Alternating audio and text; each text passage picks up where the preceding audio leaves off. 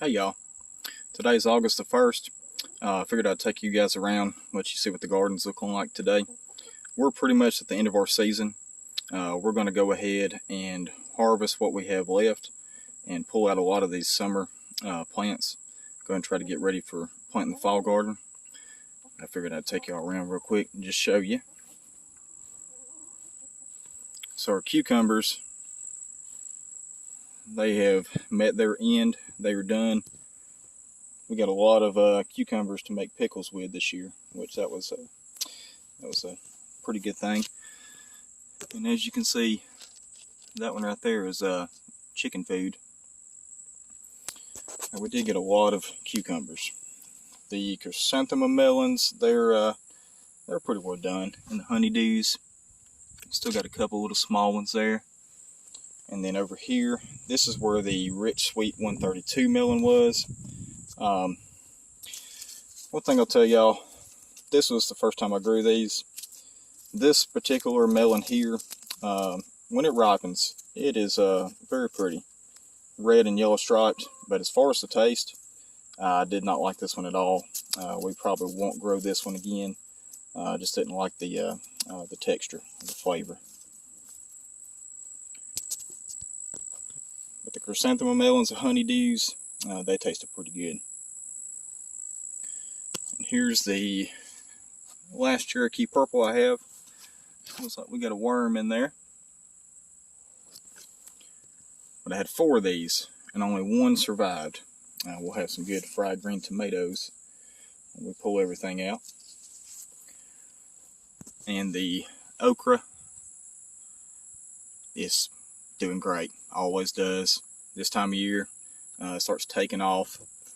Can't hardly pick it fast enough.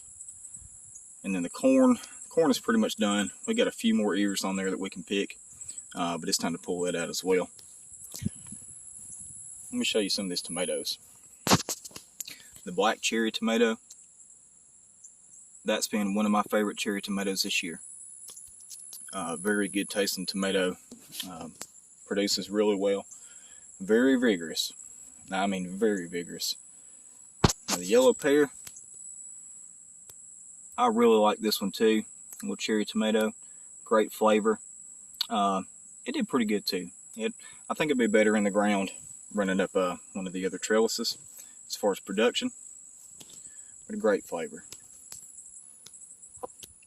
The Parks Whopper, it also produced for us really well.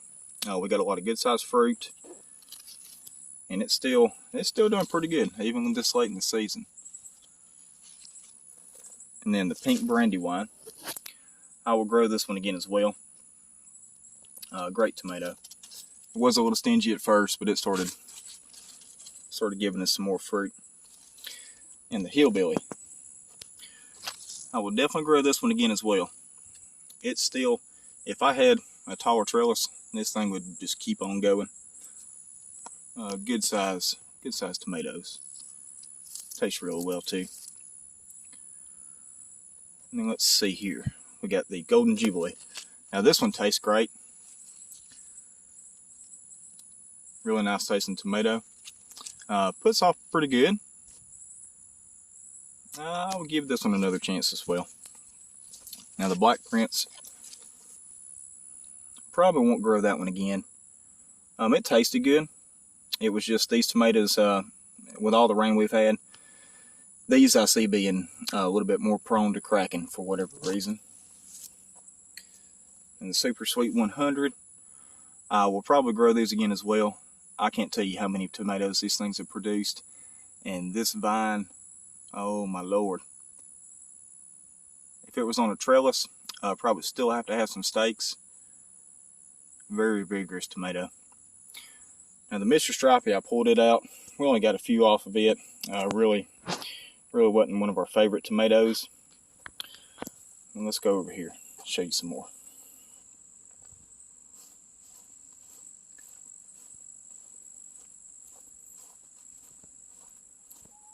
You know, I had to come through here today and we'd eat this whole garden.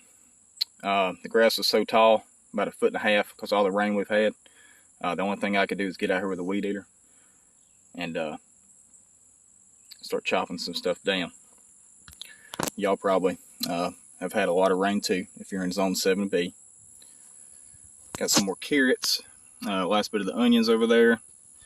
Still got beans to pull out. The watermelons, they're pretty well done. So are the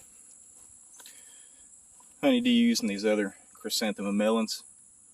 We'll get the last ones we can off of here. But they did produce a lot of melons. Our last watermelon. Got to get the rest of these purple whole beans. Pull these out. Look at them beans. Well, they are getting it.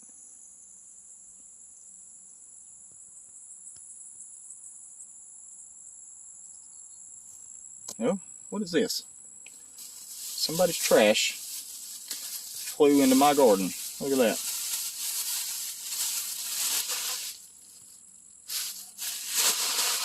Imagine that. Now, some more purple whole beans over here. These have gotten so tall they've just taken over, fell over this trellis and continued to run down. Got to get the last of those. Going to pull these cosmos out. They were just too tall. They fell over. Could support them up, but it's toward the end of the season anyway. We'll just do what we need to and just go ahead and pull them out and get ready for the fall.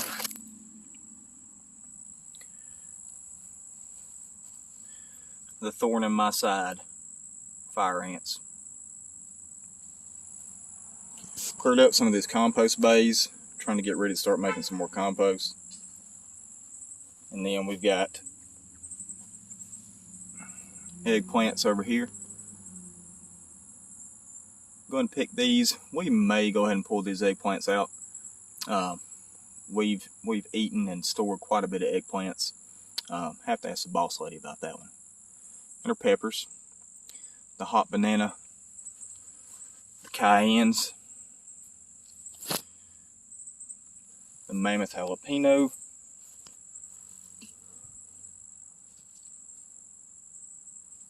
and the habaneros. Got a lot of habaneros here lately. Seems like the hotter it gets, the better these peppers do. I've actually made some habanero peach hot sauce with these, thanks to my mother-in-law. That stuff is delicious, if you like hot sauce. But we'll probably leave these peppers in for a little while longer. And some more flowers over here. The zinnias, they're still doing pretty good. The milkweed and the bee balm. Of course, there's a lot of weeds in there too. The sunflowers, they've already met their end. Those are pretty flowers.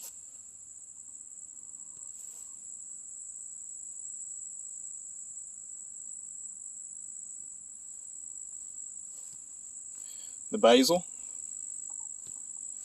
it just went crazy. Look at that. Some more herbs. These morning glories that decided they wanted to come back from last year. I'm going to have to try to pull these things out again, y'all. It don't take long. These things will take over everywhere. Yeah, take my word on that. Got to clear this bed out. Get it ready. We'll save this dill seed right here.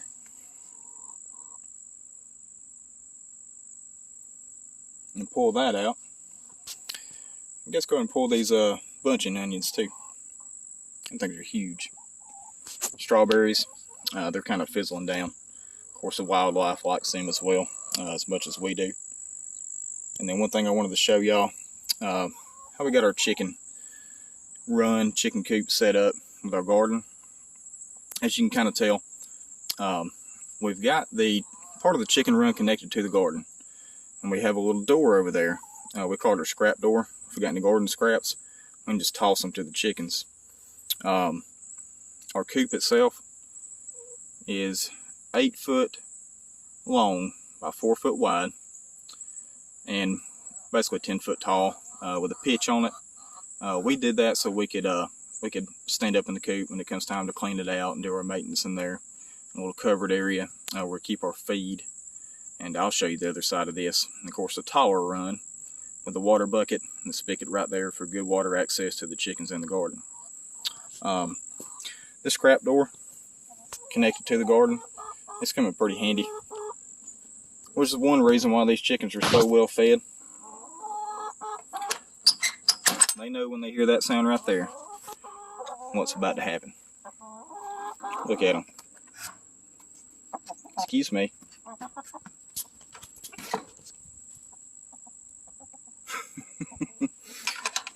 Hey, you ain't got to waste nothing. Let me show you the other side of the chicken area over here.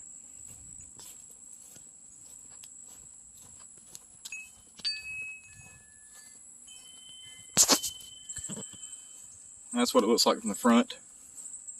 We got a little bucket, some sand and dirt in there for a dirt bath. Of course, their ladder to get inside the coop, and a perch for any chickens that decide that they don't want to go to bed on time. They can hang out here until they're ready.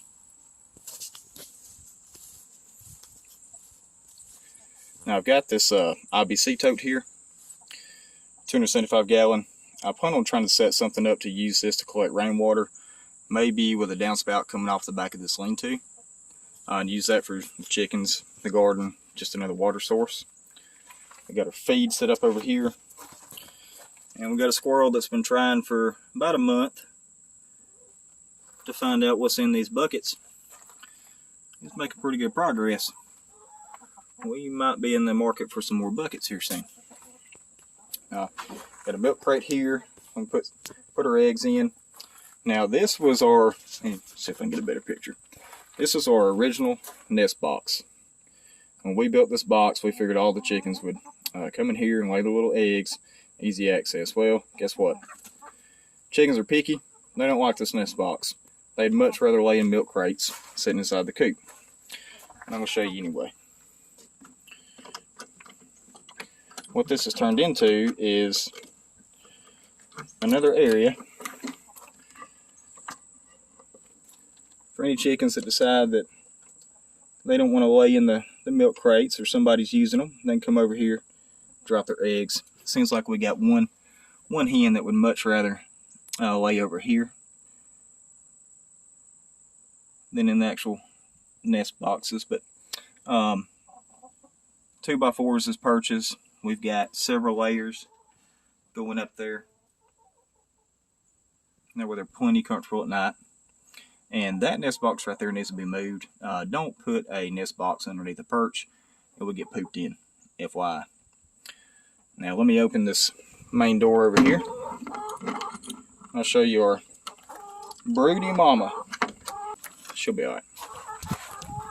It's going to be kind of tricky one hand, y'all. Sorry.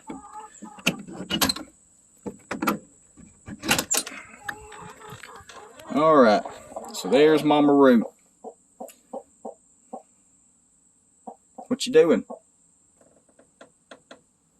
So she's been broody for a few days now. Now we pull her off the eggs, we get the eggs, but she keeps on being broody. Maybe here in the next week or two she'll calm down a little bit. But as you can see, we use the deep litter method inside our coop. We've got about a good foot of pine shavings in there. Don't use cedar shavings. Cedar shavings are supposedly toxic to chickens. But this coop has worked out pretty good for us. Put a little covered area so they can get out of the rain, out of the sun when they need to. Of course, they got the main run on the other side of the coop. But make sure you got plenty of ventilation. We got a vent in the door. We've got 2 of these pop-open vents. I did that so I can take this broom right here and shut that vent or open the vent as needed, depending on the season. They need plenty of ventilation. We got another one up there.